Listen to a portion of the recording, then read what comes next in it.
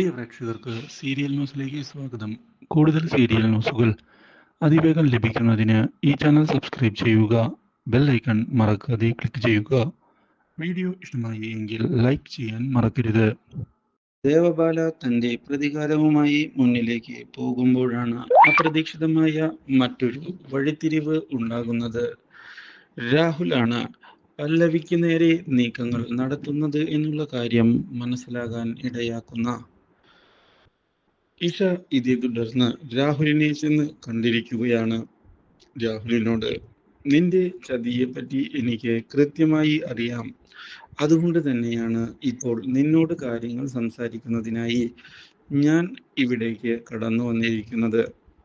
വെറുതെ നീ എൻ്റെ ജീവിതത്തിൽ കിടന്ന് പ്രശ്നങ്ങൾ ഉണ്ടാക്കരുത്, നീ ഒഴിഞ്ഞു പോകണം എന്ന് തന്നെയാണ് ഞാനിപ്പോഴും നിന്നോട് പറയുന്നത്. ഇത് കേൾക്കുന്ന രാഹുൽ, അങ്ങനെ ഒഴിഞ്ഞു പോകാനല്ലല്ലോ ഞാൻ ഇവിടേക്ക് വന്നിട്ടുള്ളത്. എനിക്ക് കൃത്യമായ തീരുമാനങ്ങളുണ്ട്, അതിനനുസരിച്ച് മാത്രമേ ഞാൻ പോവുകയുള്ളൂ. ഇതോടെ ഇഷ, നീ സ്വത്തുക്കൾക്ക് വേണ്ടിയാണ് ഇതെല്ലാം ചെയ്യുന്നത് എന്നുള്ള കാര്യം എനിക്ക് കൃത്യമായി അറിയാം. പക്ഷേ നിനക്കത് കിട്ടുകയില്ല, അത് ഞാൻ നിനക്ക് ഉറപ്പ് നൽകുകയാണ്. സ്വത്തുക്കൾ ഞാൻ വാങ്ങിച്ചെടുത്തേ പോകൂ, ആ കാര്യത്തിൽ യാതൊരു മാറ്റവുമില്ല ഇഷ. റാംമോഹൻ, ഇപ്പോൾ എൻ്റെ കൈകളിലാണ്. നിന്റെ അച്ഛൻ ഞാൻ പറയുന്നത് പോലെ ആണ് കാര്യങ്ങൾ ചെയ്യുക. നീ എന്നെ ഒഴിവാക്കുന്നതിന് വേണ്ടിയാണ് ആ പല്ലവിയെയും അതുപോലെ തന്നെ നിന്റെ മുൻ കാമുകൻ അഭിഷേകിനെയും ഉപയോഗിക്കുന്നത് എന്നുള്ള കാര്യം എനിക്ക് കൃത്യമായി അറിയാം. പക്ഷേ ആ തന്ത്രമൊന്നും എൻ്റെ അടുത്ത് വിലപ്പോകില്ല. ഓഹോ, അങ്ങനെയാണല്ലേ. നമുക്ക് എന്തായാലും നേരിട്ട് തന്നെ കാണാം. ഞാൻ നിന്റെ നല്ലതിനു വേണ്ടിയാണ് ഒഴിഞ്ഞു പോകുന്നതിനായി ആവശ്യപ്പെട്ടത്. പക്ഷേ നീ അതിന് തയ്യാറാകുന്നില്ല. അപ്പോൾ അതിൻ്റെ ഭവിഷ്യത്തും അനുഭവിക്കേണ്ടത് നീ തന്നെയാണ്. അതുകൊണ്ട് തന്നെ നീ അത് അനുഭവിച്ചോളൂ. ഞാൻ കാര്യങ്ങൾ നിന്നെ പറഞ്ഞ് മനസ്സിലാക്കാൻ ശ്രമിച്ചു. ഞാൻ എന്തിനും തയ്യാറാണ്, എനിക്ക് മുന്നും പിന്നും നോക്കാനില്ല. അതുകൊണ്ട് തന്നെ നീ എനിക്ക് നേരെ പല്ലവിയെ നിർത്തുമ്പോൾ തിരിച്ചടിക്കുക എൻ്റെ കൂടി ആവശ്യമാണ്. അതിനു വേണ്ടിയുള്ള പ്ലാനിംഗ് ആണ് ഞാനിപ്പോൾ നടത്തുന്നത്. ഞാനതിൽ വിജയിക്കുക തന്നെ ചെയ്യും. ആ കാര്യത്തിൽ യാതൊരു സംശയവും നിനക്ക് വേണ്ട, മനസ്സിലായോ? ഇത് എൻ്റെ വാക്കാണ്. ഇത് കേട്ടതിനെ തുടർന്ന് ആകെ പകച്ചു പോകുന്ന ഇഷ അവിടെ നിന്ന് മടങ്ങിപ്പോകുന്നു. പക്ഷേ തിരിച്ചടിക്കണം എന്നുള്ള ചിന്തയാണ് ഇഷയുടെ മുന്നിലുള്ളത്. കാര്യങ്ങൾ അങ്ങനെ വിട്ടുകളയാൻ തയ്യാറാകുന്നു ഇല്ല. ഇതിനിടയിൽ റാംമോഹൻ പുതിയ വാർത്തകൾ അറിയാൻ ഇടയായിരിക്കുകയാണ്. നീനയും അമ്മയും പുതിയ ചതികളുമായിട്ടാണ് ഇവിടേക്ക് എത്തിയിട്ടുള്ളത് എന്നുള്ള കാര്യം ഒടുവിൽ റാംമോഹൻ തിരിച്ചറിയുന്നു. ഇതോടെ നീനയെയും അമ്മയെയും ചെന്ന് കാണുന്ന അയാൾ, നിങ്ങളുടെ മനസ്സിലിരിപ്പ് എന്താണ് എന്ന് വ്യക്തമാക്കാൻ ആവശ്യപ്പെടുന്നു.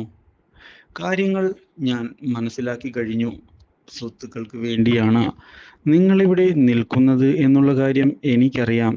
പക്ഷേ അത് നിങ്ങൾ വിചാരിക്കുന്നത് പോലെ നടക്കില്ല എന്നാണ് എനിക്ക് പറയാനുള്ളത്.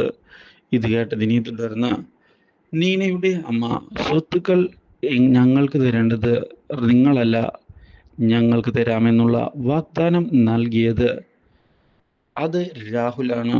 അവൻ ആ വാഗ്ദാനം പാലിക്കും എന്ന് ഞങ്ങൾക്ക് ഉറപ്പുണ്ട്.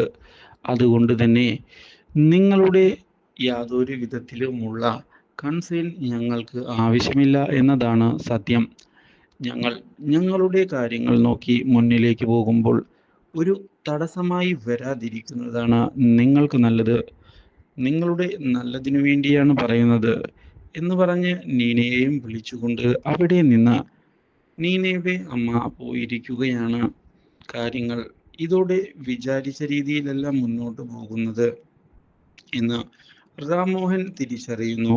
മാത്രവുമല്ല, താൻ വിചാരിച്ചതുപോലെ അല്ല രാഹുൽ എന്നുള്ള സത്യവും അറിഞ്ഞതിനെ തുടർന്നാണ് റാംമോഹൻ ഞെട്ടിപ്പോകുന്നത്. ഇതേ തുടർന്നുള്ള അന്വേഷണം റാംമോഹൻ മുന്നിലേക്ക് കൊണ്ടുപോയതിനെ തുടർന്ന് ഈശ പറഞ്ഞതിലും കാര്യമുണ്ട് എന്നുള്ള സത്യം മനസ്സിലാക്കുകയാണ്. രാഹുൽ തൻ്റെ അച്ഛനെ കൊന്നാണ് ഇവിടേക്ക് വന്നിട്ടുള്ളത് എന്നുള്ള യാഥാർത്ഥ്യവും ഇതോടെ മനസ്സിലാക്കുകയാണ് റാംമോഹൻ. റാംമോഹൻ മാനസികമായി തകർന്ന് തുടങ്ങുകയും ചെയ്യുന്നു. ഇതേ തുടർന്ന് ഇഷയെ ചെന്ന് കാണുന്ന റാംമോഹൻ, ഇഷ, എനിക്ക് തെറ്റുപറ്റിപ്പോയി, നിന്നെ നല്ലൊരാളുടെ കൈകളിൽ ഏൽപ്പിക്കണം എന്ന ആഗ്രഹം മാത്രമായിരുന്നു എനിക്കുണ്ടായിരുന്നത്. പക്ഷേ ആ ധൃതിയിൽ കാര്യങ്ങളെല്ലാം കൈവിട്ടു പോയിരിക്കുന്നു. മോളെ, നീ എന്നോട് ക്ഷമിക്കണം എന്ന് കൈകൂപ്പിക്കൊണ്ട് പറയുകയാണ് Rammohan. Do like, share and subscribe.